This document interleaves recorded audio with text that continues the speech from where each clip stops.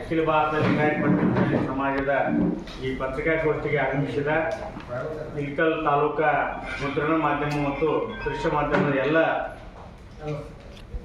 ಪತ್ರಿಕಾಗೋಷ್ಠಿಗೆ ಸ್ವಾಗತ ಬಯಸ್ತಾ ಇದ್ದೀನಿ. ಈ ಒಂದು ಪತ್ರಿಕಾಗೋಷ್ಠಿಯಲ್ಲಿ ಇಳಕಲ್ ತಾಲೂಕಾ ಅಖಿಲ ಭಾರತ ಲಿಂಗಾಯತ ಪಂಚಮಸಾಲಿ ಮಹಾಸಭೆಯ ತಾಲೂಕಾ ಅಧ್ಯಕ್ಷರಾದ ಮಾತುಗೌಡ ಪಾಟೀಲ್ ಅವರು ಹಾಗೂ ಅಖಿಲ ಭಾರತ ಲಿಂಗಾಯತ ಪಂಚಮಸಾಲಿ ಸಮಾಜದ ರಾಷ್ಟ್ರೀಯ ಘಟಕದ ರಾಷ್ಟ್ರೀಯ ಕಾರ್ಯಕಾರಿಣಿ ಸದಸ್ಯರಾದ ಮಾಂತೇಶನ ನರಗುಂದ್ ಅವರನ್ನು ಹಾಗೂ ನಗರ ಘಟಕದ ಅಧ್ಯಕ್ಷರಾದ ಮಾಂತೇಶನ ಹೊಳಿ ಅವರನ್ನು ಹಾಗೂ ಇನ್ನೋರ್ವ ನಮ್ಮ ಸಮುದಾಯದ ರಾಜ್ಯ ರೈತ ಘಟಕದ ಉಪಾಧ್ಯಕ್ಷರಾದಂಥ ಶಂಕರನ ತೋಟದವ್ರನ್ನ ಹಾಗೂ ಇಳಕಲ್ ತಾಲೂಕಾ ಘಟಕದ ಸಮಾಜದ ಪ್ರಧಾನ ಕಾರ್ಯದರ್ಶಿಗಳಾದ ಹುಚ್ಚಪ್ಪನ ಐಹೊಳಿ ಅವರನ್ನ ಈ ಪತ್ರಿಕಾಗೋಷ್ಠಿಗೆ ಸ್ವಾಗತ ಬಯಸ್ತಾ ಇದ್ದೀನಿ. ಈ ಪತ್ರಿಕಾಗೋಷ್ಠಿಯನ್ನು ಉದ್ದೇಶಿಸಿ ನಮ್ಮ ತಾಲೂಕಾ ಅಧ್ಯಕ್ಷರು ಮಾತಾಡೋದನ್ನು ಕೇಳ್ಕೊತಾ ಇದ್ದಾರೆ.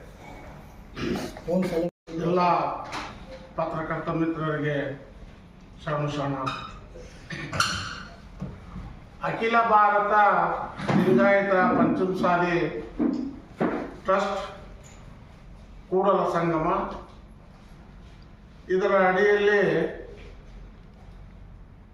ಅನೇಕ ಧರ್ಮ ಕಾರ್ಯಗಳನ್ನು, ಸಮಾಜದ ಒಳಿತಿಗಾಗಿ ಅನೇಕ ಚಳುವಳಿಗಳನ್ನು ನಮ್ಮ ರಾಷ್ಟ್ರೀಯ ಟ್ರಸ್ಟ್ನ ಅಧ್ಯಕ್ಷರಾದ ಶ್ರೀ ಜನಪ್ರಿಯ ಶಾಸಕರು ಆದ ಶ್ರೀ ವಿಜಯಾನಂದ ಕಾಶ್ಯಪ್ನವರ ನೇತೃತ್ವದಲ್ಲಿ ಅನೇಕ ರೀತಿಯ ಸಮಾಜವನ್ನು ಸಂಘಟಿಸುತ್ತಾ ಈ 20ರಿಂದ 25 ವರ್ಷಗಳ ಕಾಲ ಸಮಾಜವನ್ನು ಮುನ್ನಡೆಸುತ್ತಾ ಬಂದಿದ್ದು, ಆ ಟ್ರಸ್ಟ್ನ ಅಡಿಯಲ್ಲಿ ನಮ್ಮ ಧರ್ಮಕ್ಷೇತ್ರ ಕೂಡಲ ಸಂಗಮದಲ್ಲಿ ನಮ್ಮ ಅಖಿಲ ಭಾರತ ಲಿಂಗಾಯತ ಪಂಚಮಸಾಲಿ ಟ್ರಸ್ಟ್ನ ಪೀಠ 2008ರಲ್ಲಿ ಉದ್ಘಾಟನೆಗೊಳ್ಳಬೇಕಾದ್ರೆ ಮಾನ್ಯ ಶಾಸಕರಾದ ವಿಜಯಾನಂದ ಕಾಶ್ಯಪ್ನವರ ನೇತೃತ್ವದಲ್ಲಿ ಅನೇಕ ಸಮಾಜದ ಹಿರಿಯರಾದ ನಮ್ಮ ಹಿಂದಿನ ಟ್ರಸ್ಟ್ ಅಧ್ಯಕ್ಷರಾದ ಪ್ರಬಣ್ಣ ಹುಣಸಿಕಟ್ಟಿಯವರು, ಅದರ ಈಗಿನ ಕಾರ್ಯದರ್ಶಿಗಳಾದಂಥ ನೀಲಕಂಠ ಅಸೂಟಿಯವರು, ದಿವಂಗತ ಶ್ರೀಶೈಲಪ್ಪ ಬಿದರೂರವರು, ಅನೇಕ ಜನ ಈ ಟ್ರಸ್ಟನ್ನು ರಚಿಸಿ ಈ ಟ್ರಸ್ಟ್ನಲ್ಲಿ ಪ್ರಥಮವಾಗಿ ನಮ್ಮ ಪೀಠ ಸ್ಥಾಪನೆ ಆಗಬೇಕೆಂದು 2008ರಲ್ಲಿ ಪೀಠ ಸ್ಥಾಪನೆ ಆಯಿತು. ಸ್ಥಾಪನೆ ಆದಾಗ ಈಗ ಅನೇಕ ಮಹಾನುಭಾವರು ಸಮಾಜವನ್ನು ಖರೀದಿ ಹಿಡಿದಾರ, ಗುತ್ತಿಗೆ ಹಿಡಿದವ್ರ ವಿಚಾರ ಮಾತಾಡಲ್ಕತ್ತಾರ.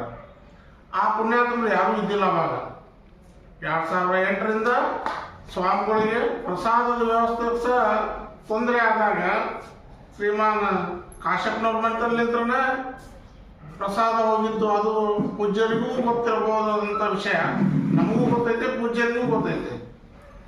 ಪೂಜ್ಯರು ಯಾವ ರೀತಿ ಪೀಠಕ್ಕಾದ್ರು ಅನ್ನೋ ಹಿನ್ನೆಲೆ ಪೂಜ್ಯರು ತಾವು ಕೆಲವೊಂದಿಷ್ಟು ವರ್ಷ ಹಿಂದೆ ಹೋಗಿ ವಿಚಾರ ಮಾಡ್ಬೇಕಂತ ನಾನು ನಮ್ಮ ಉಚ್ಚಾಟಿತ ಪೀಠಾಧಿಪತಿ ಬಸವಜಯ ಮೃತ್ಯುಂಜಯ ಮಹಾಸ್ವಾಮಿಗಳಿಗೆ ಕೇಳ್ತೀವಿ, ಏನಾಯ್ತು ಸಮಾಜ, ಯಾವ ರೀತಿ ಬೆಳೀತು, ಯಾವ ರೀತಿ ಒಡಿತಾ ಇದೆ ಅನ್ನೋದನ್ನು ನಾವು ಸಮಾಜದ ಮುಖಂಡರು ಗಂಭೀರವಾಗಿ ಆಲೋಚನೆ ಮಾಡಬೇಕಾಗಿದೆ. ಏನಾಗಿದೆ ಸಮಾಜ, ಸ್ವಾಮಿಗಳನ್ನಂತ ಗುರುಗಳನ್ನಂತ ಪೀಠಕ್ಕೆ ಕುಂದಿಸಿದ್ದು ಯಾತಕ್ಕೆ? ರಾಜಕಾರಣ ಮಾಡಲಿಕ್ಕೆನಾ, ಇಲ್ಲ ಈ ಒಬ್ಬರ ಮೇಲೆ ಒಬ್ಬರು ಎತ್ತು ಕಟ್ಟಲಿಕ್ಕೆನಾ?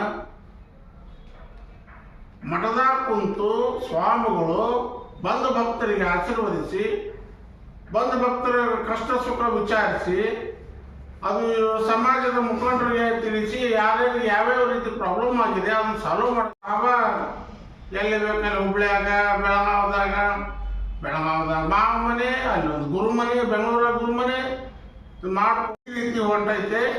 ಅವ್ರನ್ನ ಬೇಕಾದ್ರೆ ಸ್ವಾಮಿಗಳು ನಾನು ಬಹಿರಂಗವಾಗಿ ನಮ್ಮ ಸಮಾಜದ ಸಭೆಯೊಳಗೆ ನಾನು ಬಹಿರಂಗವಾಗಿ ಸ್ವಾಮಿಗಳಿಗೆ ಹೇಳಿನೂ ಇಲ್ಲ, ಅವರು ಅಲ್ಲೇ ಕೂಡಲ ಸಂಗಮನಾಥನ ಆಣಿ ಮಾಡಿ ಹೇಳೋದು.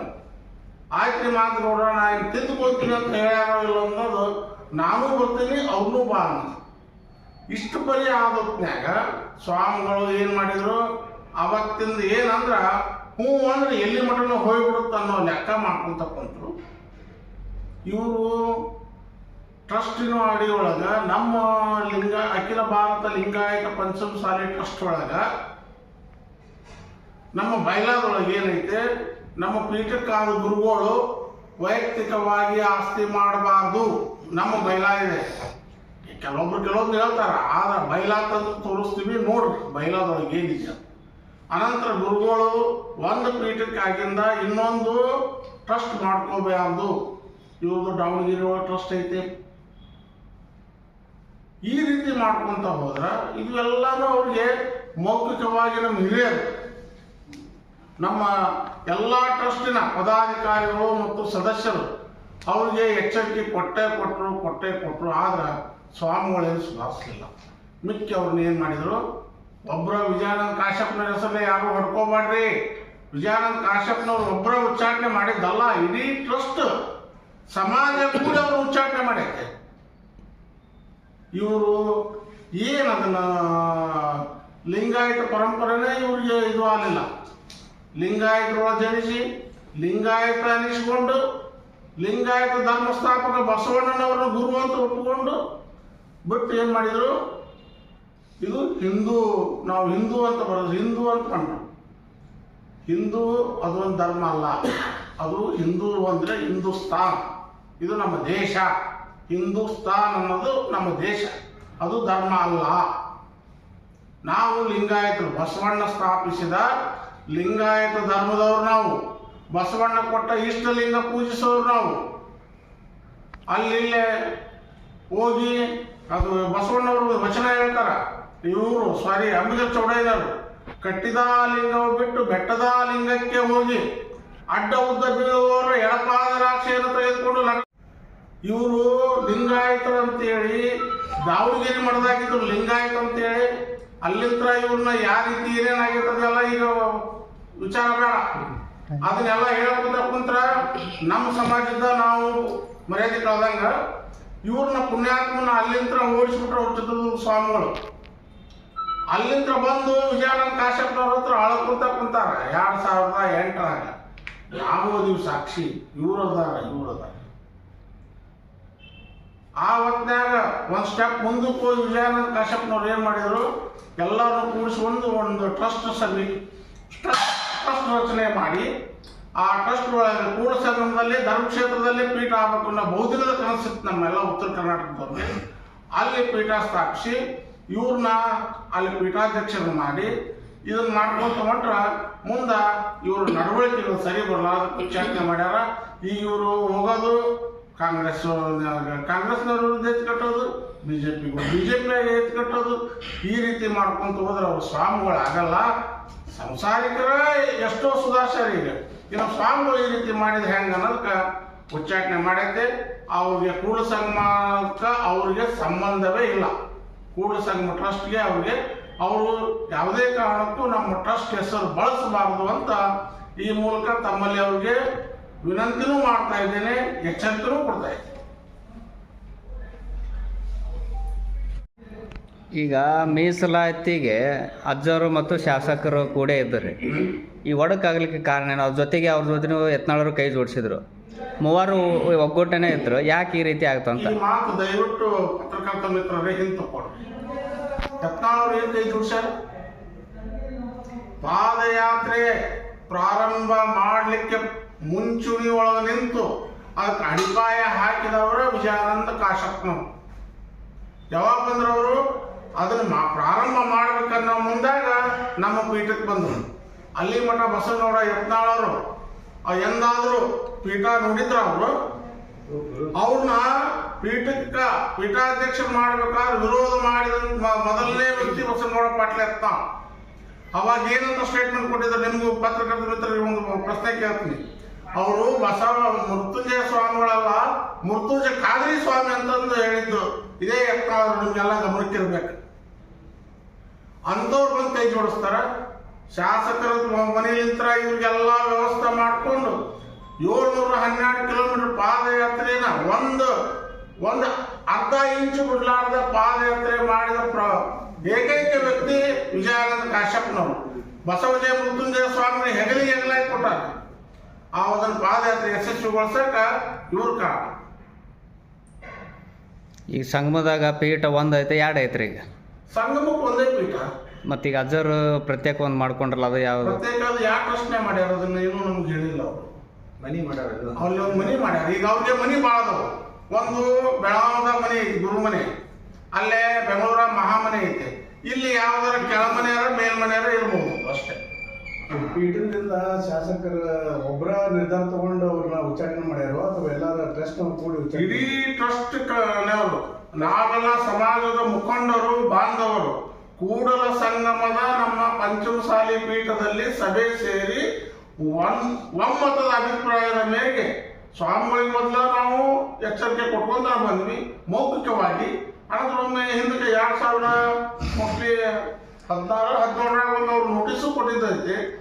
ಅವ್ರು ಯಾವುದಕ್ಕೂ ಗಣನೆ ತೆಗೆದುಕೊಂಡು ಸ್ಪಂದಿಸಲಾರ್ದಕ್ಕೆ ಸ್ವಾಮಿಗಳ ನಡವಳಿಕೆ ನಮ್ಗೆ ಸರಿ ಕಾಣಲಾರ್ದಕ್ಕೆ ಇಡೀ ಟ್ರಸ್ಟ್ಗೆ ಬಾಂಧವರೆಲ್ಲರೂ ಸೇರ್ಕೊಂಡು ಒಮ್ಮತದ ನಿರ್ಣಯ ಮಾಡಿ ಉಚ್ಚಾಟನೆ ಮಾಡಿ 2019 ಪ್ರಬಣ್ಣ ಹುಣಸಿಕಟ್ಟಿ ಅವರಿದ್ದಾಗ ಅವ್ರನ್ನ ಉಚ್ಚಾಟನೆ ಮಾಡಿದ್ರು.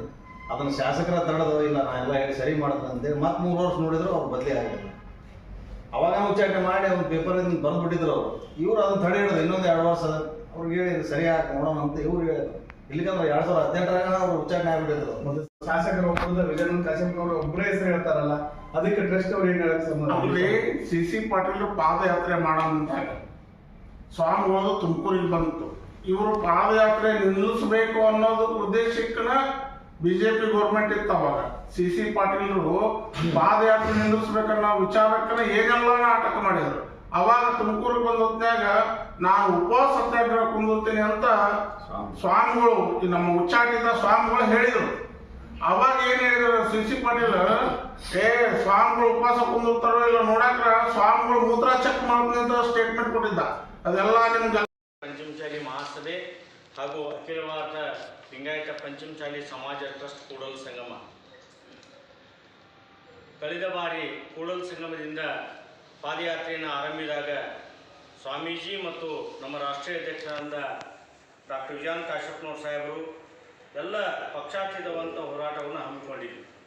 ಅದು ಒಂದು ಹೋರಾಟ ಫ್ರೀಡಂ ಪಾರ್ಕಿಗೆ ತಲುಪಿದ ನಂತರ ಆಗಿನ ಸರ್ಕಾರ ಬಸವರಾಜ ಬೊಮ್ಮಾಯಿ ನೇತೃತ್ವದ ಸರ್ಕಾರ ನಮಗೆ ತಾಯಿ ಮೇಲೆ ಪ್ರಮಾಣ ಮಾಡಿ ಮೀಸಲಾತಿ ಕೊಡ್ತೀನಿ ಅಂತ ಹೇಳಿದರು. ಯಡಿಯೂರಪ್ಪನವರು ಹೇಳಿದರು, ಬೆಳಗಾವಿಯಲ್ಲಿ ಅಧಿವೇಶನದಲ್ಲಿ ಹೇಳಿದರು, ಬೊಮ್ಮಾಯಿರು ಹೇಳಿದರು. ಆದರೆ ನಮಗೆ ಮಾಡಿದ ಮಹಾ ಮೋಸ ಏನಪ್ಪ ಅಂತಂದರೆ ಅಲ್ಪಸಂಖ್ಯಾತ ಸಮುದಾಯದ ಮುಸ್ಲಿಂ ಸಮಾಜ ಬಾಂಧವರ 4% 2B ಮೀಸಲಾತಿಯನ್ನು ಕಿತ್ತುಕೊಂಡು 2% ಮೀಸಲಾತಿಯನ್ನು 2Cಗೆ, 2% ಮೀಸಲಾತಿಯನ್ನು 2Dಗೆ ವರ್ಗೀಕರಣ ಮಾಡಿ ಕೊಟ್ಟರು. ಆದರೆ ಅದು ಯಾವ ಆಧಾರದ ಮೇಲೆ ಕೊಟ್ಟರಂದ್ರೆ ಹಿಂದುಳಿದ ಆಯೋಗದ ಮಧ್ಯಂತರ ವರದಿ ಮೇಲೆ ಕೊಟ್ಟಿದ್ದರಿಂದ ಇವತ್ತಿಗೂ ಕೂಡ ಮಾನ್ಯ ಮುಖ್ಯಮಂತ್ರಿಗಳು ಇವತ್ತಿನ ಅಧಿವೇಶನದಲ್ಲಿ ಏನು ಹೇಳಿರಪ್ಪ ಅಂತಂದ್ರೆ ಸುಪ್ರೀಂ ಕೋರ್ಟ್ದಲ್ಲಿ ಈ ಒಂದು ನ್ಯಾಯ ಪ್ರಕರಣ ಇರೋದ್ರಿಂದ ಇದು ಇತ್ಯರ್ಥ ಆಗಲಿ, ಇದು ಇತ್ಯರ್ಥ ಆದ ನಂತರ ನಾನು ಕಾನೂನು ತಜ್ಞರ ಸಭೆಯನ್ನು ಕರೆದು ನಿಮ್ಮ ಸಮುದಾಯಕ್ಕೆ ಸೂಕ್ತವಾದ ನ್ಯಾಯವನ್ನು ಕೊಡ್ತೀನಿ ಅಂತಕ್ಕಂಥ ಭರವಸೆಯನ್ನು 3 ಬಾರಿ ವಕೀಲರ ಪರಿಷತ್ತಿನೊಂದಿಗೆ ಮಾನ್ಯ ನಮ್ಮ ರಾಷ್ಟ್ರೀಯ ಅಧ್ಯಕ್ಷರು ಆಮೇಲೆ ಸ್ವಾಮೀಜಿ ಕೂಡ ಹೋದಾಗ ತಿಳಿಸಿದ್ರು ಕೂಡ ಸ್ವಾಮೀಜಿ ತಿಳ್ಕೊಳ್ಳಿಲ್ಲ.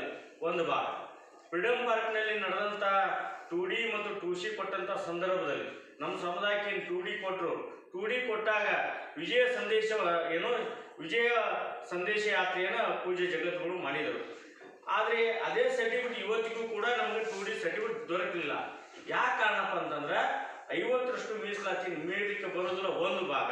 ಒಂದೇದ್ದು ಆ ಕೋರ್ಟ್ ಸುಪ್ರೀಂ ಕೋರ್ಟ್ನಲ್ಲಿ ಹೋಗಿ ಈ ರಾಜ್ಯದ ಅಟಾರ್ನಿ ಜನರಲ್ ಅಥವಾ ಅಟಾರ್ನಿ ಸಾಲಿಟರಿ ಜನರಲ್ ಏನು ಮಾಡಿದ್ರು, ಈ ಮೀಸಲಾತಿಯನ್ನು ಯಥಾಸ್ಥಿತಿ ಕಾಪಾಡ್ಕೊಳ್ತೀವಿ ಅಂತ ಹೇಳಿದ್ರಿಂದ ನಮಗೆ ಯಾವುದೇ ರೀತಿ ಮೀಸಲಾತಿ ದೊರೆಯಲಿಲ್ಲ. ಈ ಮೀಸಲಾತಿಯನ್ನ ಆಗಿನ ಬಿಜೆಪಿ ಸರ್ಕಾರ ರಾಜ್ಯದಲ್ಲಿತ್ತು, ಕೇಂದ್ರ ಸರ್ಕಾರ ಇದೆ, ಮೋದಿಜಿಯವರ ಸರ್ಕಾರ ಇತ್ತು. ಶೆಡ್ಯೂಲ್ ನಂಬರ್ 9 ಸಂವಿಧಾನದ 9 ಅಧಿನಿಯಮ ಶೆಡ್ಯೂಲ್ ನಂಬರ್ 9 ಏನು ಹೇಳುತ್ತೆ, ಯಾವುದೇ ಧರ್ಮ ಅಥವಾ ಜಾತಿ ಧರ್ಮದ ಪ್ರಾಧಾನ್ಯತೆ ಕೊಡ್ತಕ್ಕಂಥ ಸಂದರ್ಭದಲ್ಲಿ ಅಥವಾ ಮೀಸಲಾತಿ ಹೆಚ್ಚಳ ಮತ್ತು ಕಡಿಮೆ ಮಾಡ್ತಕ್ಕಂಥ ಸಂದರ್ಭದಲ್ಲಿ ಶೆಡ್ಯೂಲ್ ನಂಬರ್ 9ಗೆ ಇದೇ ಮಾಜಿ ಮುಖ್ಯಮಂತ್ರಿಗಳು ಪ್ರಸ್ತುತ ರಾಜ್ಯದ ಹಾವೇರಿ ಲೋಕಸಭಾ ಸದಸ್ಯರಾದಂಥ ಬಸವರಾಜ ಬೊಮ್ಮಾಯಿ ಅವರು ಶೆಡ್ಯೂಲ್ ನಂಬರ್ 9 ತಿದ್ದುಪಡಿಗೆ ತಮ್ಮದೇ ಆದ ಕೇಂದ್ರ ಸರ್ಕಾರದ ಮೋದಿಜಿಯವರಿಗೆ ಶಿಫಾರಸನ್ನು ಮಾಡಿ ತೆಲಂಗಾಣ ಮಾದರಿಯಲ್ಲಿ ಮೀಸಲಾತಿ ಹೆಚ್ಚಳ ಮಾಡಿದಂತೆ ನಮಗೂ ಕೂಡ ಮೀಸಲಾತಿಯನ್ನು ಹೆಚ್ಚಳ ಮಾಡಲಿಕ್ಕೆ ಬಿಜೆಪಿ ಸರ್ಕಾರಕ್ಕೆ, ಮೋದಿಜಿಯವರಿಗೆ, ಯಡಿಯೂರಪ್ಪನವರಿಗೆ, ಬೊಮ್ಮಾಯಿಯವರಿಗೆ ಎಲ್ಲರಿಗೂ ಅವಕಾಶ ಇದ್ರೂ ಕೂಡ ಬಹುಸಂಖ್ಯಾತ ಲಿಂಗಾಯತ ಪಂಚಮಶಾಲಿಗಳಿಗೆ ಮೋಸ ಮಾಡಿದ್ಯಾರಪ್ಪ ಅಂತಾರೆ ಭಾರತೀಯ ಜನತಾ ಪಕ್ಷ ಸರ್ಕಾರ ಅಂತಕ್ಕಂಥದ್ದನ್ನು ಖಡಾಖಂಡಿತವನ್ನ ನಾವು ಖಂಡಿಸ್ತೇವೆ. ಒಂದು ಕಡೆ ಇದು ಒಂದು ಕಡೆ ಆದರೆ ಮೊನ್ನೆ ಮತ್ತೆ ನಾವು ಹೋದಿವಿ. ನಮ್ಮ ಟ್ರಸ್ಟಿನ ಒಂದು ಮೀಟಿಂಗ್ ಆದ ನಂತರ ನಮ್ಮ ಟ್ರಸ್ಟ್ನಲ್ಲಿ ಹಲವಾರು ಮಹತ್ವದ ನಿರ್ಣಯಗಳನ್ನು ತೆಗೆದುಕೊಂಡ ನಂತರ 1,000 ವಿದ್ಯಾರ್ಥಿಗಳಿಗೆ ವಿದ್ಯಾರ್ಥಿ ನಿಲಯ, ಒಂದು ಕಲ್ಯಾಣ ಮಂಟಪವನ್ನು ನಿರ್ಮಾಣ ಮಾಡ್ತೀವಿ ಅಂತಕ್ಕಂಥ ತೀರ್ಮಾನ ತೆಗೆದುಕೊಂಡ ನಂತರ ಮತ್ತೆ ಮುಖ್ಯಮಂತ್ರಿಗಳನ್ನು ಕಂಡಾಗ ಮುಖ್ಯಮಂತ್ರಿಗಳು ನಮಗೆ ಒಂದು ಸಲಹೆಯನ್ನು ನೀಡಿದರು. ಯಾವುದೇ ಮುಖ್ಯಮಂತ್ರಿಗಳಿಗೆ ಮೀಸಲಾತಿ ನೀಡತಕ್ಕಂಥ ಅಧಿಕಾರ ಇಲ್ಲ. ಅದಕ್ಕೆ ಮೀಸಲಾತಿಯನ್ನು ಕೊಡ್ತಕ್ಕಂಥದ್ದು ಮತ್ತು ಮೀಸಲಾತಿಯ ಬಗ್ಗೆ ಯಾವುದೇ ಹಿಂದುಳಿದ ಸಮುದಾಯವನ್ನು ಸರ್ವೆ ಮಾಡ್ತಕ್ಕಂಥ ಅಧಿಕಾರ ಶಾಶ್ವತ ಹಿಂದುಳಿದ ವರ್ಗಕ್ಕಿದೆ. ತಾವು ಆಲ್ರೆಡಿ ಹಿಂದುಳಿದ ವರ್ಗಕ್ಕೆ ಒಂದು ಮನವಿಯನ್ನು ಕೊಟ್ಟಿದ್ದೀರಿ. ಮಧ್ಯಂತರ ವರದಿ ಮೇಲೆ ಕೊಟ್ಟಿದ್ದು ತಪ್ಪು. ಸಂಪೂರ್ಣ ವರದಿಗಾಗಿ ಮತ್ತೊಮ್ಮೆ ತಾವು ಮನವಿಯನ್ನು ಸಲ್ಲಿಸ್ರಿ ಅಂತಕ್ಕಂಥ ಒಂದು ಸಲಹೆಯನ್ನು ನಮಗೆ ಕೊಟ್ಟಿದ್ರು. ಆ ಒಂದು ಕೆಲಸವನ್ನು ನಮ್ಮ ಸಮುದಾಯದ ಕಾನೂನು ಘಟಕದ ರಾಷ್ಟ್ರೀಯ ಅಧ್ಯಕ್ಷರಾದ ದಿನೇಶ್ ಪಾಟೀಲ್ ಅವರು ಆಯೋಗಕ್ಕೆ ಈಗಾಗಲೇ ಒಂದು ಮನವಿಯನ್ನು ಸಲ್ಲಿಸಿದ್ದಾರೆ. ಅವರು ಮುಂದಿನ ದಿನಗಳಲ್ಲಿ ನಮಗೆ ಈ ಶೆಡ್ಯೂಲ್ ನಂಬರ್ 9 ತಿದ್ದುಪಡಿಗೆ ಮಾನ್ಯ ಮುಖ್ಯಮಂತ್ರಿಗಳು ಕೇಂದ್ರ ಸರ್ಕಾರಕ್ಕೆ ಶಿಫಾರಸು ಮಾಡಬೇಕು. ಆ ಶಿಫಾರಸನ್ನು ದಯವಿಟ್ಟು ಏನು ನಮ್ಮ ಲಿಂಗಾಯತ ಪಂಚಮಶಾಲಿ ಸಮುದಾಯಕ್ಕೆ ಮೀಸಲಾತಿ ದೊರೆಯಬಾರದು ಅಂತಕ್ಕಂಥ ರೀತಿಯಲ್ಲಿ ಅಲ್ಪಸಂಖ್ಯಾತ ಸಮುದಾಯದ ಮೀಸಲಾತಿಯನ್ನು ಕಿತ್ತಿ ನಮಗೆ ಸಂವಿಧಾನ ಬಾಹಿರವಾಗಿ ನೀಡಲಿಕ್ಕೆ ಬಂದಂಥ ಯಡಿಯೂರಪ್ಪನವರಿಗೆ, ವಿಜೇಂದ್ರ ಅವರಿಗೆ, ಬೊಮ್ಮಾಯಿ ಅವರಿಗೆ, ಜಗದೀಶ್ ಶೆಟ್ಟರ್ ಅವರಿಗೆ ನಾವು ಏನು ಮನವಿ ಮಾಡ್ತೀವಪ್ಪ ಅಂತಂದರೆ, ನೀವು ಮೋದಿಜಿಯವರನ್ನು ಮನವೊಲಿಸಿ ನಮಗೆ ಶೆಡ್ಯೂಲ್ ನಂಬರ್ 9 ತೆಲಂಗಾಣ ಮಾದರಿಯಲ್ಲಿ ನಮಗೆ ರಾಜ್ಯಕ್ಕೆ ಅನುಗುಣವಾಗಿ ಮೀಸಲಾತಿ ಹೆಚ್ಚಳ ಮಾಡಲಿಕ್ಕೆ ತಿದ್ದುಪಡಿ ಮಾಡಿ ಕಳಿಸಿಕೊಡ್ರಿ. ನಮ್ಮ ಮೀಸಲಾತಿಯನ್ನು ನಾವು ನಮ್ಮ ರಾಜ್ಯದ ಮುಖ್ಯಮಂತ್ರಿಗಳಾದ ಸಿದ್ದರಾಮಯ್ಯನವರಿಂದ ನಮ್ಮ ಸಮುದಾಯಕ್ಕೆ ನಮ್ಮ ಮೀಸಲಾತಿಯನ್ನು ನಮ್ಮ ರಾಷ್ಟ್ರೀಯ ಅಧ್ಯಕ್ಷರ ವಿಜಯ್ ಕಾಶ್ಯಪ್ನವರ ನೇತೃತ್ವದಲ್ಲಿ ಪಡಿತೀವಿ ಅಂತಕ್ಕಂಥ ಒಂದು ನಿಜವಾದ ಪ್ರಾಮಾಣಿಕವಾದಂಥ ಒಂದು ಕಾನೂನುಬದ್ಧ ಶಾಸನಬದ್ಧವಾದ ಮಾತನ್ನ ನಿಮಗೆ ಮಾಧ್ಯಮದ ಮಿತ್ರರಿಗೆ ಹೇಳಿಕ್ಕೆ ಇಚ್ಛೆ ಪಡ್ತಾ ಇದ್ದೀನಿ. ಸ್ವಾಮೀಜಿ ಯಾಕೆ ಇದೇ ಒಂದು ಪ್ರಶ್ನೆಯನ್ನು ಕೇಳಿದ್ರಿ, ನಿಮ್ಮಲ್ಲಿ ಯಾಕೋ ಒಗ್ಗಟ್ಟು ಬರಲಿಲ್ಲ ಅಂತಕ್ಕಂಥದ್ದು. ಏನು ಫ್ರೀಡಮ್ ಪಾರ್ಕ್ ನಂತರದಲ್ಲಿ ವಿಜಯ ಸಂದೇಶ ಯಾತ್ರೆಯನ್ನು ಮಾಡಿದರು, ನಮ್ಮ ಮೀಸಲಾತಿ ಸಿಕ್ತಂತ ಹೇಳ್ಕೊಂತ ಹೇಳಿದರು. ನಂತರದಲ್ಲಿ ಹುಬ್ಬಳ್ಳಿಯಲ್ಲಿ ಸಿ ಪಾಟೀಲ್ರು, ಅರವಿಂದ್ ಬೆಲ್ಲದವ್ರ ನೇತೃತ್ವದಲ್ಲಿ ಒಂದು ಸಭೆಯನ್ನು ಮಾಡ್ತಾರೆ. ಮೊದಲು ಪಾದಯಾತ್ರೆ ಅಥವಾ ಒಂದು ಸಮುದಾಯದ ಒಂದು ನಿರ್ಧಾರವನ್ನು ತೆಗೆದುಕೊಂಡಂಥ ಸಂದರ್ಭದಲ್ಲಿ ಎಲ್ಲ ನಾಯಕರು ಇರ್ತಿದ್ರು. ಎ ಬಿ ಪಾಟೀಲ್ ಇರ್ತಿದ್ರು, ಶಿವಶಂಕರ್ ಇರ್ತಿದ್ರು, ಯತ್ನಾಳ್ ಇರ್ತಿದ್ರು, ಮತ್ತೊಂದು ಸಿ ಪಾಟೀಲ್, ಎಲ್ಲ ಸಮುದಾಯ ಎಲ್ಲ ಪಕ್ಷಗಳ ಮುಖಂಡರು ಕೂಡ ಇಲ್ಲಿ ಇರ್ತಿದ್ರು. ಆದರೆ ಹುಬ್ಬಳ್ಳಿಯಲ್ಲಿ ತಾವು ಏನು ಕಳೆದ ಚಳಿಗಾಲ ಅಧಿವೇಶನದಲ್ಲಿ ನಮ್ಮ ಸಮುದಾಯದ ಮೇಲೆ ಲಾಠಿ ಚಾರ್ಜ್ ಆಗ್ತಕ್ಕಂಥ ಪರಿಸ್ಥಿತಿಯಲ್ಲಿ ಎಲ್ಲ ಪಕ್ಷಗಳ ಮುಖಂಡರ ಒಂದು ನಿರ್ಧಾರವನ್ನು ಅಥವಾ ಒಂದು ಸಭೆಯನ್ನು ಮಾಡದೆ ಏಕಪಕ್ಷೀಯವಾಗಿ ನಿರ್ಧಾರವನ್ನು ಸ್ವಾಮೀಜಿ ತೆಗೆದುಕೊಂಡ್ರು.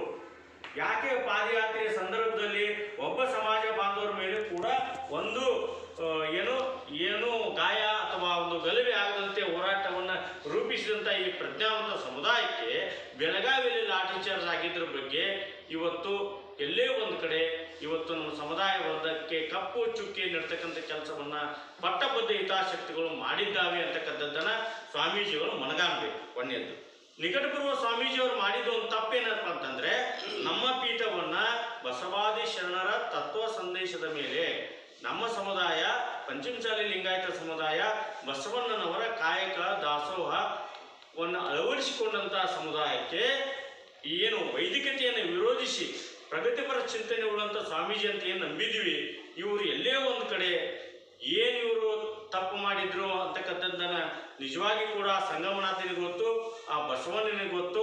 ಲಿಂಗಾಯತ ಅನ್ನೋ ಪದವನ್ನು ಬಿಟ್ಟು ಇವತ್ತು ಇವರು ಒಂದೇ ವ್ಯಕ್ತಿಯ ಒಬ್ಬ ಸ್ವತ್ತಾಗಿ ಲಿಂಗಾಯತ ಪಂಚಮಶಾಲಿ ಬರೆಸ್ರಿ ಅಂತ ನಾವು ಸಮೀಕ್ಷೆಯಲ್ಲಿ ಹೇಳಿದರೆ, ಇವರು ಹಿಂದೂ ಪಂಚಮಶಾಲಿ ಅಂತ ಬರೆಸ್ ಅಂತ ಹೇಳಿದ್ರಲ್ಲ. ಹಿಂದೆ ಹೇಳಿದ್ರು ಏನೋ ಒಂದು ಹುಬ್ಬಳ್ಳಿಯಲ್ಲಿ ನಡೆದ ಸಮಾವೇಶದಲ್ಲಿ ಯಾರಿಗೋ ಹುಟ್ಟಿದವರು ಅವ್ರಿಗೆ ಹುಟ್ಟಿದವರು ಅಂತ ಹೇಳಿದ್ರಲ್ಲ. ನಾವು ಬಸವಣ್ಣನವ್ರಿಗೆ ಹುಟ್ಟಿದವರು ಲಿಂಗಾಯತ ಪಂಚಮಶಾಲಿ ಅಂತ ನಾವು ಬರೆಸಿದ್ದೀವಿ. ನಿಕಟಪೂರ್ವ ಸ್ವಾಮೀಜಿಯಲ್ಲಿ ನಾನು ಒಂದು ಪ್ರಶ್ನೆಯನ್ನು ಮಾಡ್ತೀನಿ, ನೀವು ಬಸವಣ್ಣನವರ ಅನುಯಾಯಿಗಳು ಅಥವಾ ಮತ್ತಾವುದೋ ಅಥವಾ ನೀವೇನು ತಪ್ಪು ಮಾಡಿದ್ದೀರೋ ಅಥವಾ ನಿಮ್ಮ ತಪ್ಪುಗಳೇನು ಅಂತಕ್ಕಂಥದ್ದನ್ನು ಪರಾಮರ್ಶೆ ಮಾಡಿಕೊಳ್ಬೇಕಾಗಿದೆ. ಮತ್ತೊಂದು ಕಡೆ ಈಗ ಸಿ ಪಾಟೀಲ್ ಒಂದು ಕಡೆ ಮಠ ಕಟ್ತೀನಿ ಅಂತಾರ, ಯತ್ನಾಗೌಡರು ಒಂದು ಕಡೆ ಮಠ ಕಟ್ತೀನಿ ಅಂತಾರ. ಮಠ ಕಟ್ಟಕ್ಕೆ ನಮ್ದೇನು ಇದು ಇಲ್ಲ, ವಿರೋಧ ಇಲ್ಲ. ಆದರೆ ಇವತ್ತಿಗೂ ಕೂಡ ಸ್ವಾಮೀಜಿ ಮಠ ಕಟ್ತೀನಿ ಅಂತೇಳಿ ಕೂಡಲ ಸಂಘದಲ್ಲಿ ಒಂದು ಮನಿ ಹಿಡಿದಾರ, ಹಿಡೀಲಿ ಬೇಡ ಅನ್ನಂಗಿಲ್ಲ. ಆದರೆ ನಮ್ಮ ಕೂಡಲ ಸಂಘ ಲಿಂಗಾಯತ ಪಂಚಮಸಾಲಿ ಪೀಠದಲ್ಲಿ ಅಖಿಲ ಭಾರತ ಪಂಚಮಸಾಲಿ ಕೃಷಿ ಪೀಠ ಅಂತ ಹೇಳಿ ಒಂದು ಟ್ರಸ್ಟನ್ನು ನೋಂದಣಿ ಮಾಡಿ ಅಲ್ಲಿ ಶಾಲೆಯನ್ನು ನಡೆಸಿದ್ರು, ಟ್ರಸ್ಟ್ನ ಪ್ರಮಾಣಿಗೆ ಇಲ್ಲದೆ. ದಾವಣಗೆರೆಯಲ್ಲಿ ಕೂಡ ಒಂದು ಪಂಚಲಿಂಗೇಶ್ವರ ಎಜುಕೇಷನ್ ಟ್ರಸ್ಟ್ ಅಂತ ಮಾಡಿದರು. ಈ ರೀತಿಯಾಗಿ ಸಮುದಾಯದ ಭಕ್ತರ ದೇಣಿಗೆ ಸಂಗ್ರಹವನ್ನು ಮಾಡಿಕೊಂಡು ವ್ಯಕ್ತಿಗತವಾಗಿ ಇವತ್ತು ಸಮುದಾಯದ ಹೆಸರಿನಲ್ಲಿ ಮತ್ತೆ ಲಿಂಗಾಯತರ ಮೇಲೆ ದೌರ್ಜನ್ಯ ಅಂತಕ್ಕಂಥ ಹೋರಾಟವನ್ನು ನಾಳೆ ದಿನ ಮಾಡ್ತಾ ಇರೋದು ಶುದ್ಧ ಸುಳ್ಳು. ಇದನ್ನ ನಿಜವಾಗಿ ಕೂಡ ಲಿಂಗಾಯತ ಪಂಚಮಸಾಲಿಗಳ ಕಣ್ಣಿಗೆ ಮಣ್ಣನ್ನು ಎರ್ತಕ್ಕಂಥ ಕೆಲಸವನ್ನ ನಿಕಟಪುರ ಸ್ವಾಮೀಜಿಗಳು ಮಾಡಬಾರದು. ಈಗಾಗಲೇ ನಮ್ಮ ಕಾನೂನು ಹೋರಾಟ ನಡೆದಿದೆ, ನಮ್ಮದು ಪಾದಯಾತ್ರೆ ಒಂದು ಭಾಗ, ನಮ್ಮ ಸಮುದಾಯ ಈಗಾಗಲೇ ಜಾಗೃತ ಆಗಿದೆ. ಪದೇ ಪದೇ ಪೂಜ್ಯ ಸ್ವಾಮೀಜಿಗಳು ಮೌನ ಪ್ರತಿಭಟನೆಗಿಂತ ಕಳೆದ ಪಾದಯಾತ್ರೆಗಿಂತ ಉಪವಾಸ ಸತ್ಯಾಗ್ರಹ ಮಾಡಿದ್ರು. ಅಕ್ಟೋಬರ್ 28ರಂದು ಉಪವಾಸ ಕುಂತು ಬಿಡ್ಬೇಕಾಗಿತ್ತು. ಅಲ್ಲಿ ಫ್ರೀಡಮ್ ಪಾರ್ಕ್ನಾಗ ಹೇಳೋದು ಬ್ಯಾಡ ಅಂದಿದ್ವಿ. ಯಾಕೆದ್ರಿ? ಕಾನೂನಿನ ಅರಿವಿಲ್ಲದೆ ನಿಕಟಪೂರ್ವ ಸ್ವಾಮೀಜಿಗಳು ಇವತ್ತು ಸಮುದಾಯವನ್ನ ಏಕಪಕ್ಷೀಯವಾಗಿ ತೆಗೆದುಕೊಂಡು ಹೋಗಬಾರ್ದು.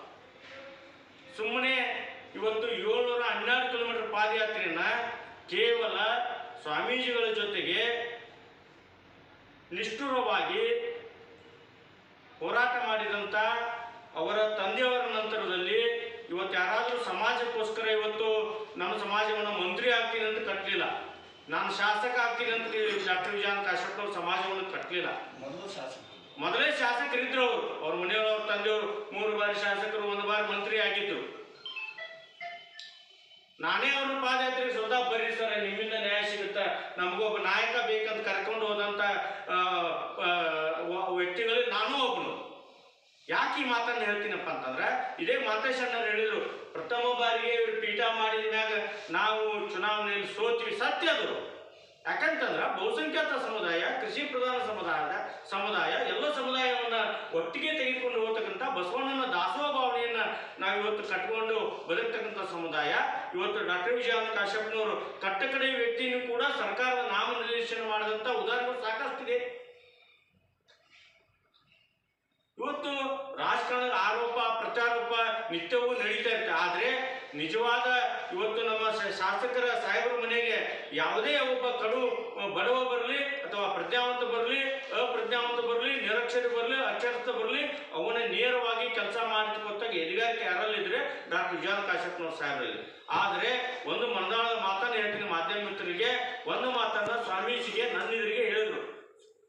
ಉದೇ ನಿಜವಾಗಿ ಹೇಳ್ತೀನಿ, ನಮ್ಮ ಸಿದ್ದರಾಮಯ್ಯ ಸಾಹೇಬರು ಕಾನೂನು ಪಂಡಿತರು, ಅವರು ಅಧ್ಯಯನ ಮಾಡಿ ಕೊಡ್ತಾರ, ತಡ್ಕೋರಿ ಅಂತಂದ್ರೆ ಇವ್ರು ತಡ್ಕೊಳಕತ್ತಾ ಇರಲಿಲ್ಲ. ಯಾಕಂದ್ರ ಇವತ್ತು ಅವ್ರು ಇದಕ್ಕೆ ನಮ್ಮ ಏನ್ ಸ್ವಾಮೀಜಿಯ ತಪ್ಪು ಏನು ಇತ್ತು ಸಮಾಜ ಮುಂದೆ ಹೇಳ್ಬೇಕಾಗಿತ್ತು.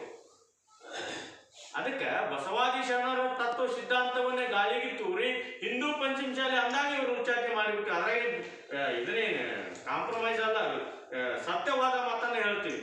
ಅದಕ್ಕೆ ಮಾನ್ಯ ನಮ್ಮ ಡಾಕ್ಟರ್ ವಿಜಯನ್ ಕಾಶ್ಯಪ್ನವ್ರ ಸಾಹೇಬರು 2A ಮೀಸಲಾತಿ ಕೊಡಿಸುವ ನಿಟ್ಟಿನಲ್ಲಿ ಕಟಿಬದ್ಧರಾಗಿದ್ದಾರೆ. ಅವರ ನಿಲುವು ಅಚಲವಾಗಿದೆ. ಇನ್ನೊಂದು ಮಾತನ್ನ ನಾನು ಹೇಳಲಿಕ್ಕೆ ಇಚ್ಛೆ ಪಡ್ತಾ ಇದ್ದೀನಿ, ಕಾನೂನು ಹೋರಾಟ ನಮ್ಮದು ಜೀವಂತವಾಗಿದೆ. ಸುಮ್ಮನೆ ಜನರನ್ನ ಹೋರಾಟ ಕರೆದು ಜನರನ್ನ ದಾರಿ ತಪ್ಪಿಸ್ತಕ್ಕಂಥ ಕೆಲಸ ಮಾಡೋದು, ಯಾಕಂತಂದ್ರೆ ಈ ಕೆಲಸವನ್ನ ಸ್ವಾಮೀಜಿಗಳು ಮಾಡಬಾರ್ದು. ಬಂದಾಗ ಇವತ್ತಿಗೂ ಕೂಡ ಸ್ವಾಮೀಜಿಗಳ ಟ್ರಸ್ಟ್ ಇಲ್ಲ, ಈಗೂ ಇಲ್ಲ ಅವ್ರ ಟ್ರಸ್ಟ್. ಅದೇ ಯತ್ನಾಳಗೌಡ್ರು ಹೇಳ್ಯಾರ, ನೀವು ಟ್ರಸ್ಟ್ ರಚನೆ ಮಾಡ್ರಿ, ಪ್ರತಿ ಜಿಲ್ಲೆಯಿಂದ ಒಬ್ಬರು ಟ್ರಸ್ಟಿ ತಗೋರಿ ಅಂತ ಹೇಳಿ. ಆ ದಿಶೆಯಲ್ಲಿ ಕೂಡ ಕೆಲವೊಂದು ಜನರು ಇವತ್ತು ಟ್ರಸ್ಟಿಗಳನ್ನು ಮಾಡಿ ಅಂತ ಅವ್ರಿಗೆ ಹೇಳಿದ್ರು ಕೂಡ ಅವ್ರು ಮಾಡಿಲ್ಲ. ಯಾಕೆ ಮಾಡಿದ್ರು ಏನು ನಮಗದು ಅರ್ಥ ಆಗ್ತಾ ಇಲ್ಲ. ಸಮುದಾಯ ಮತ್ತು ಸ್ವಾಮೀಜಿ ಅಂದ್ರೆ ಒಂದು ಸಮುದಾಯದ ಪ್ರತಿನಿಧಿಯಪ್ಪ ಅಂತಂದ್ರೆ ಪಾರದರ್ಶಕವಾಗಿರ್ಬೇಕು. ಆ ದಿಶೆಯಲ್ಲಿ ಜಗದ್ಗುರು ಹೆಸರನ್ನು ಕೂಡ ಅವರಿಗೆ ಉಪಯೋಗ ಮಾಡಲಿಕ್ಕೆ ಅಧಿಕಾರ ಇಲ್ಲ.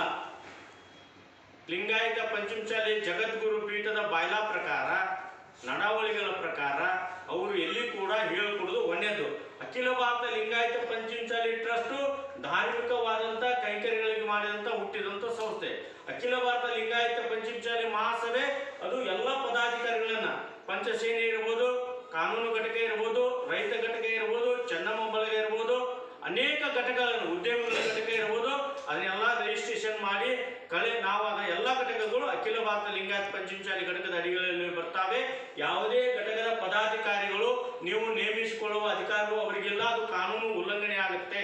ನೀವೇನಾದರೂ ಅದರ ಹೆಸರಿನಲ್ಲಿ ನೀವೇನಾದರೂ ಮಾಡಿದ್ರೆ ಅದರ ಒಂದು ಪರಿಣಾಮವನ್ನ ನೀವು ಪಂಚಸೇನೆಯವರು, ಚೆನ್ನಂಬಳಗದವರು, ಕಾನೂನು ಘಟಕದವರು ಎದುರಿಸಬೇಕಾಗುತ್ತೆ. ಯಾಕಂತಂದ್ರೆ ಆಲ್ರೆಡಿ ಒಂದು ಅಖಿಲ ಭಾರತ ಲಿಂಗಾಯತ ಪಂಚಮಸಾಲಿ ಸಮಾಜ ಅಂತಕ್ಕಂಥದ್ದು ರಿಜಿಸ್ಟರ್ಡ್ ಬಾಡಿ, ಸೊಸೈಟಿ ಆಕ್ಟ್ ನಲ್ಲಿ ರಿಜಿಸ್ಟ್ರೇಷನ್ ಆಗಿದೆ.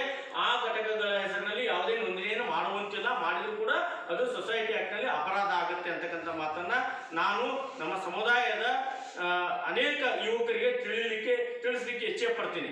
ಯಾಕಂತಂದ್ರೆ ಸಮುದಾಯ ಅಂತಂದ್ರೆ ಯಾರೊಬ್ಬರು ಸ್ವತ್ತು ಅಲ್ಲ, ಇಲ್ಲಿ ಕುಂತವ್ರು ನಮ್ಮ ಸ್ವತ್ತು ಅಲ್ಲ, ಸ್ವಾಮೀಜಿ ಸ್ವತ್ತು ಅಲ್ಲ. ಸಮುದಾಯ ಅಂತಂದ್ರೆ ಸಮುದಾಯಕ್ಕೋಸ್ಕರ ಯಾರು ಕೆಲಸ ಮಾಡ್ತಾರೆ ಸಮುದಾಯ ಅವರು ನೆನೆಸುತ್ತೆ. ಯಾರು ಒಳ್ಳೆ ಕೆಲಸ ಮಾಡ್ಯಾರ, ಯಾರು ಕೆಟ್ಟ ಕೆಲಸ ಮಾಡ್ಯಾರ ಅನ್ನೋದನ್ನು ಮುಂದಿನ ದಿನಗಳಲ್ಲಿ ಗೊತ್ತಾಗುತ್ತೆ. ಆದರೆ ನಿಷ್ಠುರವಾದಿಗಳು ಆಗಿರ್ತಕ್ಕಂಥ ನಮ್ಮ ಡಾಕ್ಟರ್ ವಿಜಾನ್ ಕಾಶ್ಯಪ್ ಸಾಹೇಬರು ಒಂದೇ ಒಂದು ಮಾತು, ಒಂದೇ ದಿನಕ್ಕೆ ಮೀಸಲಾತಿಯನ್ನು ಪಡೆಯಲಿಕ್ಕೆ ಸಾಧ್ಯ ಇಲ್ಲ. ಅದಕ್ಕೆ ಅದರದೇ ಆದ ಒಂದು ಮಾನದಂಡ ಇದೆ. ಅದಕ್ಕೋಸ್ಕರ ಹಿಂದೂ ಆಯೋಗದ ಒಂದು ವರದಿಯನ್ನು ನಾವು ಈಗಾಗಲೇ ನಮ್ಮ ಅಖಿಲ ಭಾರತ ಲಿಂಗಾಯತ ಪಂಚಮಸಾಲಿ ಟ್ರಸ್ಟ್ ವತಿಯಿಂದ ಮಾನ್ಯ ಮುಖ್ಯಮಂತ್ರಿಗಳಿಗೆ ಮನವಿಯನ್ನು ಸಲ್ಲಿಸಿದ್ದೇವೆ. ಸಂಪೂರ್ಣ ವರದಿಯನ್ನು ತರಿಸಿಕೊಳ್ಬೇಕು. ಅದೇ ರೀತಿಯಾಗಿ ಕೇಂದ್ರ ಸರ್ಕಾರ ಶೆಡ್ಯೂಲ್ ನಂಬರ್ 9 ಅನ್ನು ತಿದ್ದುಪಡಿ ಮಾಡಿ ನಮ್ಮ ರಾಜ್ಯಕ್ಕೆ ತೆಲಂಗಾಣ ಮಾದರಿಯಲ್ಲಿ ಕೇವಲ ಪಂಚಮಸಾಲಿ ಸಮುದಾಯಕ್ಕೆ ಅಷ್ಟೇ ಅಲ್ಲ, ಅನೇಕ ಶೋಷಿತ ಸಮುದಾಯಗಳಿಗೆ ಕೂಡ ತಾವು ಸಾಮಾಜಿಕ ನ್ಯಾಯವನ್ನು ಕೊಡ್ತೀರಿ ಅಂತಕ್ಕಂಥ ಮಾತನ್ನ, ಯಾಕಂತಂದ್ರೆ ಸಾಮಾಜಿಕ ನ್ಯಾಯದ ಅಧಿಕಾರ ಸಿದ್ದರಾಮಯ್ಯ ಸಾಹೇಬರಲ್ಲಿ ಇದೆ. ಅವರು ಆಡದೆ ಮಾಡ್ತಕ್ಕಂಥ ಕೆಲಸಗಾರರು. ಆ ದಿಶೆಯಲ್ಲಿ DK ಶಿವಕುಮಾರ್ ಸಾಹೇಬರು ರಾಜ್ಯಾಧ್ಯಕ್ಷರು ಕೂಡ 75ರಷ್ಟು ಮೀಸಲಾತಿಯನ್ನ ಕೊಡ್ತೀವಿ ಅಂತೇಳಿ ನಮ್ಮ ಚುನಾವಣಾ ಪ್ರಣಾಳಿಕೆಯಲ್ಲಿ ಅವರು ಘೋಷಣೆ ಮಾಡಿದ್ದಾರೆ.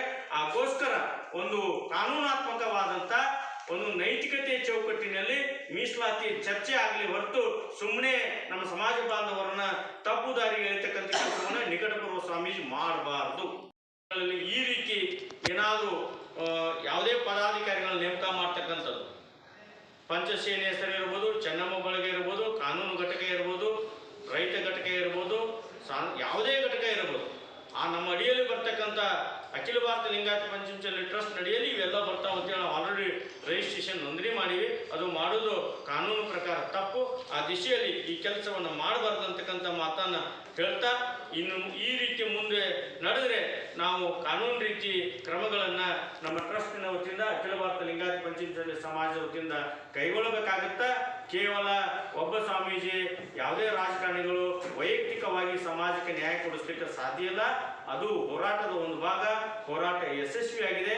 ಈಗೇನಿದ್ರು ಕೂಡ ಕಾನೂನಾತ್ಮಕವಾದಂಥ ನಮ್ಮ ಸಮುದಾಯದ ಡಾಟಾವನ್ನು, ಪೂರಕವಾದ ಅಂಕಿಅಂಶಗಳ ಜೊತೆಗೆ ನಾವು ಹಿಂದೂ ಆಯೋಗದ ಮುಂದೆ ಮತ್ತೊಮ್ಮೆ ನಾವು ಹೋಗಿ ಏನಾಯ್ತು ಅಂತಕ್ಕಂಥ ಪರಿಶೀಲನೆಯನ್ನು ನಮ್ಮ ಎಲ್ಲ ಟ್ರಸ್ಟ್ನ ಪದಾಧಿಕಾರಿಗಳು, ನಮ್ಮ ಸಮುದಾಯದ ಎಲ್ಲ ಜನಪ್ರತಿನಿಧಿಗಳೊಂದಿಗೆ ನಮ್ಮ ರಾಷ್ಟ್ರೀಯ ಅಧ್ಯಕ್ಷರು ಮತ್ತೊಮ್ಮೆ ಆಯೋಗದ ಮುಂದೆ ನಾವು ಹೋಗಿ ಮತ್ತೆ ಮೀಸಲಾತಿಯನ್ನು ಕೊಡಿಸ್ತಕ್ಕಂಥ ಕೆಲಸವನ್ನು ಮಾಡ್ತೀವಿ. ಯಾಕಂತಂದ್ರೆ ಮರಾಠ ಹೋರಾಟ 35 ವರ್ಷದ್ದು, ಬಹುಶಃ ಮಾದಿಗರ ಮೀಸಲಾತಿ ಹೋರಾಟ ಅದು ಕೂಡ 35 ವರ್ಷದ್ದು. ಮೊನ್ನೆ ಒಳ ಮೀಸಲಾತಿ ಕೊಡೋದ್ರ ಮುಖಾಂತರ ಅಂತ್ಯ ಆಯಿತು. ಯಾವುದೇ ಒಂದು ಸಮುದಾಯ ಜಾಟರ ಹೋರಾಟ ಇರ್ಬೋದು, ಪಟೇಲರ ಹೋರಾಟ ಇರ್ಬೋದು, ಒಂದೇ ದಿನಕ್ಕೆ ಕೊಡ್ಲಿಕ್ಕೆ ಅದೇನು ಸಣ್ಣ ಕೆಲಸ ಅಲ್ಲ. ಅದಕ್ಕೆ ಅದರದೇ ಆದ ಮಾನದಂಡ ಇರುತ್ತೆ, ಹಿಂದೂ ಆಯೋಗ ಇರುತ್ತೆ. ಅದಕ್ಕೆ ಅದರ ಒಂದು ಕಾನೂನಾತ್ಮಕವಾಗಿ ಹೋಲಿಕೆ ನಾವು ಸನ್ನದ್ಧರಿದ್ದೇವೆ. ಅದಕ್ಕೋಸ್ಕರ ನಮ್ಮ ರಾಷ್ಟ್ರೀಯ ಅಧ್ಯಕ್ಷರು ಡಾಕ್ಟರ್ ವಿಜಾನ್ ಕಾಶ್ಯಪ್ನವರು ಸಮಾಧಾನದಿಂದ ಇವತ್ತು ಸಮುದಾಯಕ್ಕೆ ನ್ಯಾಯವನ್ನು ಕೊಡಿಸ್ಬೇಕನ್ನೋ ದಿಶೆಯಲ್ಲಿ ಇವತ್ತು ಅವರು ಶಾಂತ ರೀತಿಯಿಂದ ಸಮುದಾಯಕ್ಕೆ ನ್ಯಾಯ ಕೊಡಿಸಲಿಕ್ಕೆ ಬದ್ಧರಿದ್ದಾರೆ. ಆದರೆ ನಿಕಟಪೂರ್ವ ಸ್ವಾಮೀಜಿಗಳು ಯಾಕೋ ಅವಸರದೊಳಗೆ ಏನೇನೋ ತೀರ್ಮಾನ ತಗೊಂಡು ತಮಗೆ ತಿಳಿದಂಗೆ ವರ್ತನೆ ಮಾಡಿದರೆ ಮುಂದಿನ ದಿನಗಳಲ್ಲಿ ಸಮುದಾಯ ಅವ್ರನ್ನ ಕ್ಷಮಿಸೋದಿಲ್ಲ ಅಂತಕ್ಕಂಥ ಮಾತನ್ನು ಹೇಳಿ ಈ ಒಂದು ಪತ್ರಿಕಾಗೋಷ್ಠಿಗೆ ಆಗಮಿಸ್ತೆಲ್ಲ ಧನ್ಯವಾದಗಳು. ಈಗ ಸೇಮ್ ಸಾಕಾಗ್ಯಾವ. ನಿಮ್ಮ ರಾಜ್ಯ ರೈತ ಲಿಂಗಾಯತ ಪರಿಷತ್ ಅಧ್ಯಕ್ಷರಿದ್ದಾರೆ, ಅದಕ್ಕೆ ಕೆಲಸ ಮಾಡ್ತೀವಿ.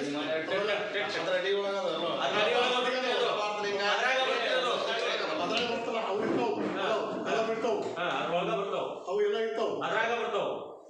ಈಗ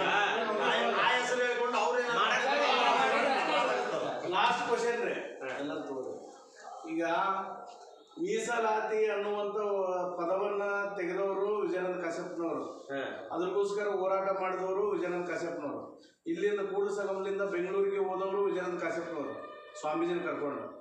ಆದರೆ ನಿಮ್ಮ ಸಮಾಜದ ನಾಯಕರ ಸ್ವಲ್ಪ ಜನಕ್ಕೆ ಮಾಹಿತಿ ಬೇರೆ ಕೊಡಕತ್ತಾರ ಏನಂತ ಅವಾಗ ಬಿಜೆಪಿ ಸರ್ಕಾರ ಇತ್ತು ಹೋರಾಟ ಮಾಡಿದ್ರು ಕಾಶ್ಯಪ್ರವರು ಈಗ ಕಾಂಗ್ರೆಸ್ ಐತಲ್ಲ ಅದಕ್ಕೆ ಬಿಟ್ಬಿಟ್ಟಾರ ಸರ್ ನಿಮ್ಮದೇ ಆದಂತ ಶಾಸಕರದ ಐತಿ ನಿಮ್ಮ ಸಮಾಜದ ನಾಯಕರದ ಐತಿ ಅದಕ್ಕೆ ಏನು ಹೇಳಲಿಕ್ಕೆ ಇಷ್ಟ ಈಗ ಕಾನೂನಾತ್ಮಕವಾಗಿ ಎಲ್ಲರಿಗೂ ಕೂಡ ಒಂದೇ ತೆರನಾದ ನಾಲೆಜ್ ಇರಲ್ಲ. ಯಾಕಂತಂದ್ರೆ ಈ ಸಮುದಾಯದ ಕಟ್ಟಕಡೆ ವ್ಯಕ್ತಿಗೂ ಕೂಡ ಮೀಸಲಾತಿ ಬಗ್ಗೆ, ಶೆಡ್ಯೂಲ್ ನಂಬರ್ 9 ಬಗ್ಗೆ, ಹಿಂದುಳಿದ ವರ್ಗದ ಆಯೋಗದ ಬಗ್ಗೆ ಅಥವಾ ಹಿಂದುಳಿದ ಆಯೋಗದ ಕಾಯ್ದೆ ಏನು ಹೇಳುತ್ತೆ ಸರ್ವೆ, ನಾವು ಮೊದಲು ಅರ್ಜಿ ಕೊಟ್ಟಾಗ ನಮ್ಮ ಅರ್ಜಿಯನ್ನು ಪರಿಶೀಲನೆ ಮಾಡಿದರು. ನಮ್ಮ ರಾಷ್ಟ್ರೀಯ ಘಟಕದ ಅಧ್ಯಕ್ಷ ದಿನೇಶ್ ಪಾಟೀಲ್ ಒಂದು ಮಾತನ್ನು ಹೇಳಿದರು, ನಮ್ಗೆ ಯಾವುದೇ ಪೂರಕ ಅಂಕಿ ಅಂಶಗಳನ್ನು ಡಾಟಾಗಳನ್ನು ನಮ್ಗೆ ಕೊಡ್ಲಿಕ್ಕೆ ಆಗೋದಿಲ್ಲ. ಪ್ರತಿ 10 ವರ್ಷಕ್ಕೊಮ್ಮೆ ಕರ್ನಾಟಕ ರಾಜ್ಯ ಶಾಶ್ವತ ಹಿಂದುಳಿದ ವರ್ಗಕ್ಕೆ ಈ ರಾಜ್ಯದಲ್ಲಿ ಜಾತಿ ಆಧಾರಿತ ಜನಗಣತಿ ಯಾವ ವರ್ಗಗಳು ಹಿಂದುಳಿದಿವೆ ಅಂತಕ್ಕಂಥದ್ದನ್ನು ಸರ್ವೆ ಮಾಡಿ ಮತ್ತೆ ಮೀಸಲಾತಿಯನ್ನು ಪರಾಮರ್ಶೆ ಮಾಡಿ ಯಾವ ಸಮುದಾಯ ಹಿಂದುಳಿದಿದೆ ಅವರಿಗೆ ಪ್ರವರ್ಗಗಳ ವರ್ಗೀಕರಣ ಮಾಡಿ ಅಂತೇಳಿ ಏನು 3A 3B 2A 2B category ಇದಾವಲ್ಲ, ಈ ಕ್ಯಾಟಗರಿಗಳನ್ನು ಮತ್ತೆ ಪರಾಮರ್ಶೆ ಮಾಡಿ ಯಾರು ಮುಂದುವರೆದಾರ ಅವ್ರನ್ನ ಬಿಟ್ಟು ಯಾವ ಸಮುದಾಯ ಹಿಂದುಳಿದಿದೆ ಅಥವಾ ಯಾರನ್ನೂ ಗುರುತಿಸ್ಲಿಕ್ಕೆ ಆಗಿಲ್ಲ ಅಂತ ಸಮುದಾಯ ಕೊಡಬೇಕಂತೇಳಿ ಹಿಂದುಳಿದ ಆಯೋಗದ ಒಂದು ನಿಯಮ ಇದೆ. ಆ ನಿಯಮವನ್ನು ಆಯೋಗದ ಸದಸ್ಯರಿಗೆ ಜಯಪ್ರಕಾಶ್ ಹೆಗಡೆ ಅವರಿಗೆ ಮನವರಿಕೆ ಮಾಡಿಕೊಟ್ಟ ನಂತರ ನಮ್ಮ ಈ ರಾಜ್ಯದಲ್ಲಿ 12 ಜಿಲ್ಲೆಗಳ 8 ಜಿಲ್ಲೆಗಳ ಸರ್ವೆ ಆಗಿ ಇನ್ನು 12 ಜಿಲ್ಲೆಗಳ ಸರ್ವೆ ಉಳಿದಿದೆ. ಆ ಮಧ್ಯಂತರ ವರದಿ ಮೇಲೆ ಇವರು ಕೊಡ್ತಕ್ಕಂಥ ಸಂದರ್ಭ ಇದ್ದಿಲ್ಲ, ತುರಾತರಿ ಇದ್ದಿಲ್ಲ. ನಮಗೆ ನಮ್ಮ ಬೇಡಿಕೆ ಸಂಪೂರ್ಣ ವರದಿ ಮುಖಾಂತರ ಕೊಡ್ರಿ ಅಂತ ಕೇಳಿದಾಗ ಅವರು ಮಾಡಿದ ತಪ್ಪೇನು? ಮಧ್ಯಂತರ ವರದಿ ಅವ್ರದೇ ಸರ್ಕಾರ ಇತ್ತು ರಾಜ್ಯದಲ್ಲಿ, ಬಿಜೆಪಿ ಸರ್ಕಾರ. ಶೆಡ್ಯೂಲ್ ನಂಬರ್ 9 ಅಧಿನಿಯಮನ ತಿದ್ದುಪಡಿ ಮಾಡಲಿಕ್ಕೆ ಕೇಂದ್ರಕ್ಕೆ ಶಿಫಾರಸು ಮಾಡಬೇಕಾಗಿತ್ತು. ಅದೇನು 1 ತಿಂಗಳೊಳಗೆ ಅಥವಾ 1 ದಿನದಲ್ಲಿ ಆಗ್ತಿತ್ತು. ಆ ತಿದ್ದುಪಡಿ ಮಾಡಿಕೊಂಡು ತೆಲಂಗಾಣ ಮಾದರಿಯಲ್ಲಿ ನಮಗೂ ಕೂಡ 60, 63, 69ರಷ್ಟು ಹೆಚ್ಚಳವನ್ನು ಮಾಡಬೇಕಾಗಿತ್ತು. ಸುಮ್ಮನೆ ಕಾನೂನಾತ್ಮಕವಾದ ತಿಳುವಳಿಕೆಯನ್ನು ಗೊತ್ತಿದ್ರೂ ಕೂಡ ಭಾರತೀಯ ಜನತಾ ಪಕ್ಷ ಅವಸರದ ತೀರ್ಮಾನವನ್ನು ತೆಗೆದುಕೊಂಡು ನಮ್ಮ ಸಮುದಾಯಕ್ಕೆ ಮೋಸ ಮಾಡಿತ್ತು. ಅದರ ಪ್ರತಿಫಲವಾಗಿ ಭಾರತೀಯ ಜನತಾ ಪಕ್ಷ ನೆಲ ಕಚ್ಚಲಿಕ್ಕೆ ಕಾರಣ ಆಯಿತು. CC ಪಾಟೀಲ್ ದಾರಿ ಏನಿಲ್ಲ, ನಮ್ಮ ಸ್ವಾಮೀಜಿಗಳಿಗೆ, CC ಪಾಟೀಲ್ರಿಗೆ, ಯತ್ನಾಳ್ ಅವರಿಗೆ ಬಹುಸಂಖ್ಯಾತ ಪಂಚಮ ಶಾಲೆಗಳನ್ನ ಹಿಂದುತ್ವದ ಹೆಸರಿನಲ್ಲಿ ಮತ್ತೆ ಬಿಜೆಪಿ ತೆಗೆದುಕೊಂಡು ಬರ್ರಿ ಅಂತಕ್ಕಂಥ ಟಾಸ್ಕ್ ಅನ್ನು ಕೊಟ್ಟಿದ್ದಾರೆ. ಅವರು ಮಾಡ್ತಕ್ಕಂಥದ್ದು ರಾಜಕೀಯ ಕೆಲಸ. ನಮ್ಮ ಸಮುದಾಯಕ್ಕೆ ನ್ಯಾಯವನ್ನು ಕೊಡ್ತಕ್ಕಂಥ ಕೆಲಸವನ್ನು ಅವ್ರು ಮಾಡಿಲ್ಲ. ಟೂಸಿ ಕೊಟ್ಟಂದಾಗ ಇದೇ CC ಪಾಟೀಲ್ ಅಂತವರು ಹಂಚಿ ಎಸ್ ಅಂತೇಳಿ ಬಂದರು. ಅವಾಗ ನನ್ನ ಸಾಹೇಬರನ್ನು ಧಿಕ್ಕರಿಸಿ ಬಂದರು.